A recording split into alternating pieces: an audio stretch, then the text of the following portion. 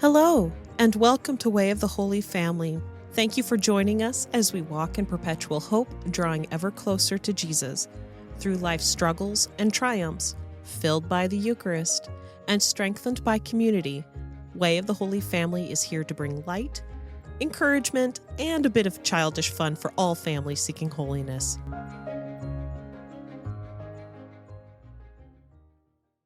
Welcome back to Way of the Holy Family in part 2 and making God available to your family. Last episode, I touched on the physical things in our home, the things that are on our walls, on our floors, in our dryer catcher, in our machine. But now I want to focus on how we spend our time in and outside our home. Now, this isn't everything that we do, but these are the main things we focus on from day to day. And that begins with rising in the morning, morning meditations. This for me can vary. And right now, I have to admit, it is minimal. I'm just doing the daily readings off a little app and then reading a gospel reflection. And sometimes even that is split up into 3 different sessions. My children, my 2 oldest, have gotten the habit down of at least getting 1 rosary in. It's quite remarkable what they get done amongst all of their school and their tasks and then helping me. My husband will have a liturgy of the hours, and then once a week he'll do men's ministry in the morning. For our hours throughout the day, we're blessing our food with grace. Every time we hear a siren, we're saying a Hail Mary. When we're in the car and we're driving by a church, we'll cross ourselves. Whenever we see somebody in need, we say a Hail Mary if we personally cannot assist them. In the evening, we will wrap our night up with the family rosary, the Our Father after blessing one another, and then we split off into our different places and we do our night prayers, whether that be evening prayer as my husband does, or another rosary that my children do, read an excerpt from the Bible, etc., and prayers of protection. And those are just like the basic quick things out of habit that we do. You know, sometimes we are disorganized and we might say grace over our food probably 4 times during a single lunch period, which is kind of silly, but at the same time, it's like, all right, let's keep this going. This is good. Things that are planned. Now, there are feast days, and there are a lot of feast days. They come by so fast, I miss most of them.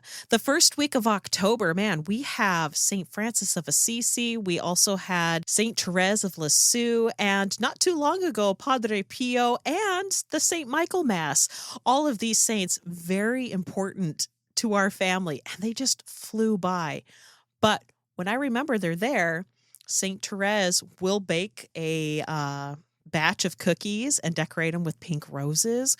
Or last year for Our Lady of Guadalupe, I remember we printed out a giant poster of the tilma, and my kids had to put it together like a puzzle, and they colored it.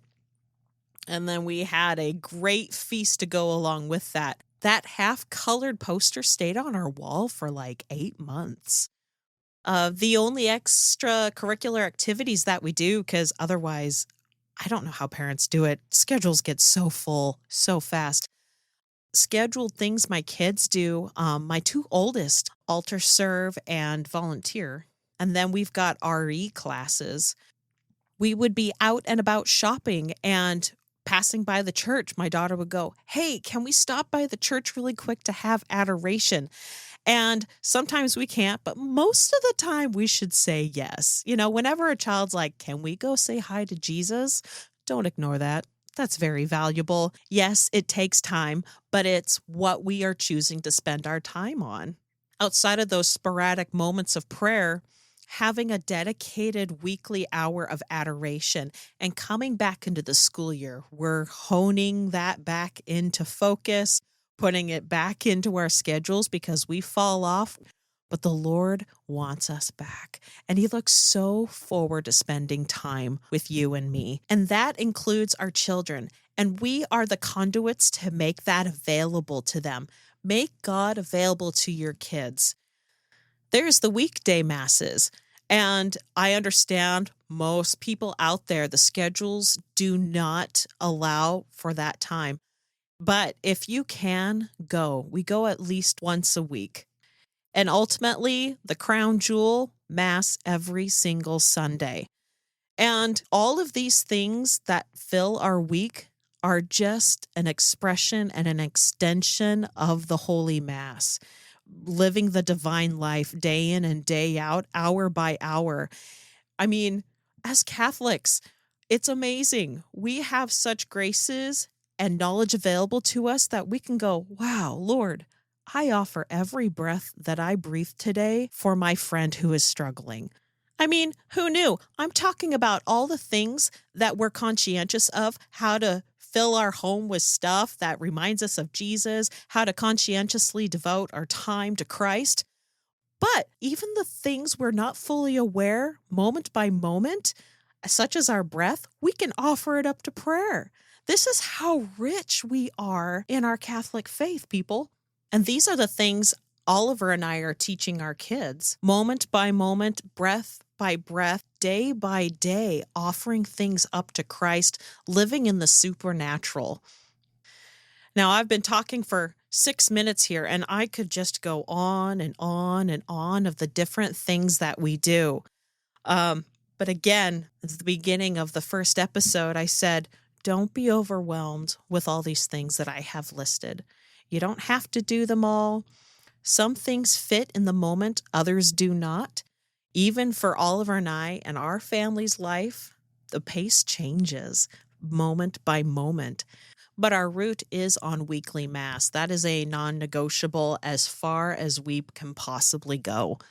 And I have to admit, we've built in such a habit that if we don't go to our 9 a.m. Mass, our kids are disappointed. They're always ready to go Sunday morning, and there's mom and dad tired and dragging their feet. It's good to go to other Masses to connect with other people and everything. It's great to also see the routes that have been established for our children. They're also very, very flexible. They're more than happy to explore another parish, to meet people. When you fuel the fire, you fuel the fire. And it's going to keep burning and to keep you moving as well. So if your children are young, it is so important to decide what you're going to be focusing on. Don't be afraid to get things wrong. Just pray. Pray. Offer it up to Christ. He'll guide you. He'll show you. And if your kids are older, you're going to hit some friction, and that's okay too. There have been so many times that Oliver and I are hesitant in jumping into more prayer or taking a risk in devoted time to Christ in some certain way. And he's just like, you're afraid of my graces. Stop being afraid of my graces.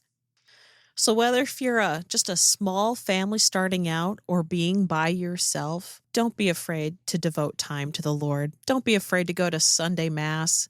It's just enough, and He'll fuel you. And it's like the life of Christ grows like a flower garden. You know, it's quiet, it's underground, you only see dirt, but then suddenly it just springs and overfills the senses with colors and textures and smells.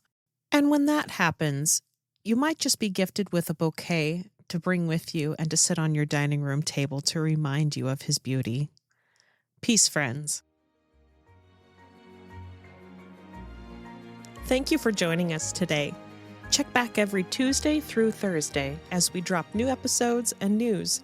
Feel free to follow, or if you would like to know more information about Way of the Holy Family, please click the link below to our website, wayoftheholyfamily.com.